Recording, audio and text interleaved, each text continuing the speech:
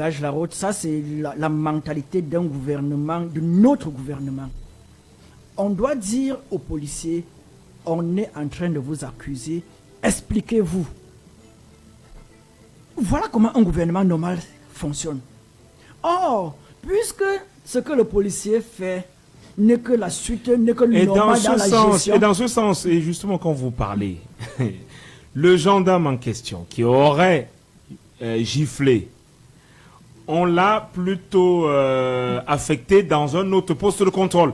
Est-ce que les camionneurs ont exigé c'est qu'il soit démis de son poste de contrôle, comment on appelle ça? Non, ce n'est pas leur combat. Ce n'est pas leur combat. Qu'on en face de lui ce qu'on veut, ce n'est pas leur combat. Leur combat, c'est qu'ils ont besoin qu'on ne les arnaque plus sur la route. Oui. Voilà leur combat. Voilà ce qu'ils sont en train de mener. Alors, est-ce que la méthode n'a pas été bonne? Est-ce que bloquer la route a été la mauvaise méthode au point? Non. Il y a des méthodes de revendication. Il y a la grève. On peut dire que bon, ils auraient pu gréver, mais vous savez que vous grévez au Cameroun, ça ne va jamais rien changer. Vous savez qu'au Cameroun, quand vous voulez vous faire écouter, ce n'est pas des actions sporadiques comme celle-ci qu'on vous écoute. Oui, ils ont bloqué la route. Le gouvernement, que de dire, le gouvernement est trop fort, on ne négocie pas. L'État est debout. L'État est debout. Ça, ce sont des, comment je vais dire ça, ce sont des conneries. Ce que vous devez faire, c'est que appelez-leur, discutez avec eux. Vous êtes leurs dirigeants.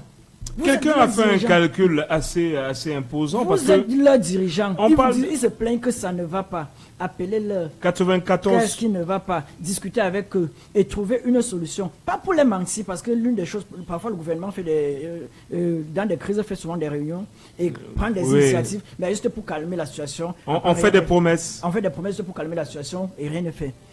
Et réellement, quand vous prenez des initiatives, prenez des petites initiatives, mais dites que, ok, vous avez décrié ceci, voilà ce qu'on vous offre pour le moment, mais reprenez vos activités. Et cette route, surtout Maroua-Kousseri, j'ai été sur cette route plusieurs fois. C'est la catastrophe. Maroua-Kousseri, c'est la catastrophe. J'ai été sur cette route plusieurs fois. Donc, ils se plaignent à raison. Mais il y a aussi trop de postes de contrôle, parce que moi-même, j'ai fait Bertois-Garoua-Boulaye. Est-ce que ces postes c'est au moins moi, je ne comprends pas, parce que sur 250 km, vous descendez du bus 3 fois. Je crois que lorsque vous regardez cet axe-là, il est directement adossé sur un corridor qui est dans un monde insécurisé. Insécurisé, on est d'accord, mais donc, sur 250 km, 3 postes de contrôle. Pour moi, je vous dis en réalité, ce n'est pas le poste de police qui est problème. La mentalité qu'on place dans ce poste de police qui pose problème. Les postes de contrôle. Le poste de contrôle commence à poser problème. Si il y avait même 200 là, le camionneur ne serait pas plein.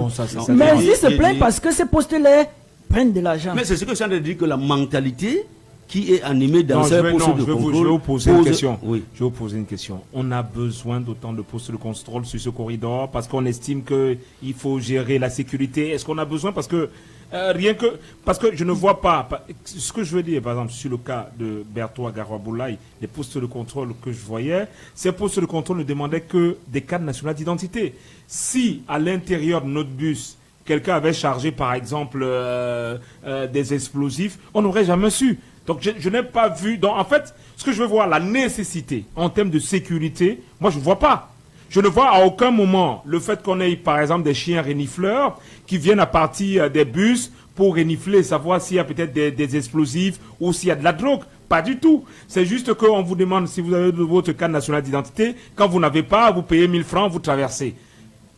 À quel moment on est à ce moment-là en train de gérer la sécurité? Si c'est juste pour prendre 1000 francs et 2000. Monsieur Tamo, je vous disais tout à l'heure que les postes de contrôle ne font pas problème. Oui. Je dis c'est la mentalité animée dans ces postes de contrôle qui dérange. C'est-à-dire l'application de la corruption est un facteur néfaste et qui traîne même beaucoup de choses. Mais imaginez-vous, même s'il y a 100 postes de contrôle, et que vous descendez, vous présentez vos dossiers et tout au contrôle, et tout consort, et que vous avez évoqué quelque chose maintenant, c'est chien renifleur qui détectait des objets un peu étrangers, ça pouvait aller très vite. Mais déjà, quand les gens veulent placer une certaine inertie dans la fonction, dans leur façon... Est-ce que la volonté à la base de la position de ces postes de contrôle était une volonté sécuritaire? Pour ma part, je peux dire oui. Bon, il y a la volonté... à la base. Il y a la volonté sécuritaire qu'on ne peut pas renier. Mais le surtout... Vous êtes sûr qu'à la base, c'était d'abord... Parce qu'on peut parler... Parce qu'on peut voir l'insécurité. Parce qu'on peut voir l'insécurité et au niveau de l'insécurité, on voit une opportunité. Non, il y a l'insécurité. Mais le plus, il faut aussi comprendre aussi que, comme vous avez dit, la corruption au Cameroun est hiérarchisée, chacun prend sa part. L'argent que les policiers prennent, les commissaires ont pour eux. Ça monte parfois même jusqu'au ministère, chacun a sa part. Donc, plus il y a de postes de contrôle, plus le gombo entre. Oui, je vous dis, le système en place cherche toujours à handicaper certaines choses pour trouver certaines opportunités.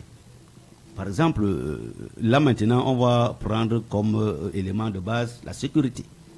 Voilà quelque chose qui les couvre dans leur mission. Nous sommes là pour assurer la sécurité. Oui. Dans leur mission. De manière Sur le plan légal, on dit qu'on est là pour assurer la sécurité. Mais ce qui se passe derrière... C'est le vrai enjeu. C'est le vrai enjeu. C'est le vrai enjeu. Le vrai enjeu, c'est ce qui se passe derrière. Les qui vont démanteler ça, c'est nous qui allons refuser, que nous ne voulons pas ça. Dès le premier jour. Vous ne payez pas, on bloque votre véhicule. Oui, mais j'ai dit on bloque le véhicule si on bloque tous les véhicules qui circulent dans ce corridor. De manière unanime, j'ai dit de manière unanime, imaginez-vous, l'économie sera paralysée. Mais c'est ce qui est en train de se passer là. Non, je vais vous dire, je vous ai expliqué ça tout à l'heure, avant d'entrer dans ce studio. Je vous ai dit tout à l'heure que les Camerounais sont du genre qu'ils acceptent d'abord quelque chose. Ils le laissent passer, ils s'impliquent même davantage dans cette chose. Et quand ça s'enracine, pour maintenant déraciner, ça devient déjà une autre source d'énergie. Pour le faire, ça ne sera pas facile. Là maintenant, on a vu quelque chose pour que ça revienne. Pour que ça revienne aux normes maintenant. Il va falloir du temps. En quelques secondes, monsieur, parce que c'est vrai, je vais le dire, parce qu'il y a des gendarmes qui vous disent de façon claire, moi je vais te faire perdre du temps. Ils vous le disent à vous, chers automobilistes. Tu ne passes pas à la caisse, ils te font perdre du temps. Et d'autres qui sont un peu plus zélés tirent sur vous. Mais en quelques secondes, mais bien sûr, c'est pas faux, ils tirent sur vous si vous partez. Mais par exemple, moi, je l'avais déjà évoqué dans nos programmes ici, le fait qu'il y a des barrages de contrôle dans les villages. Vous voyez, ils ont mis une petite barre de fer à l'intérieur des villages.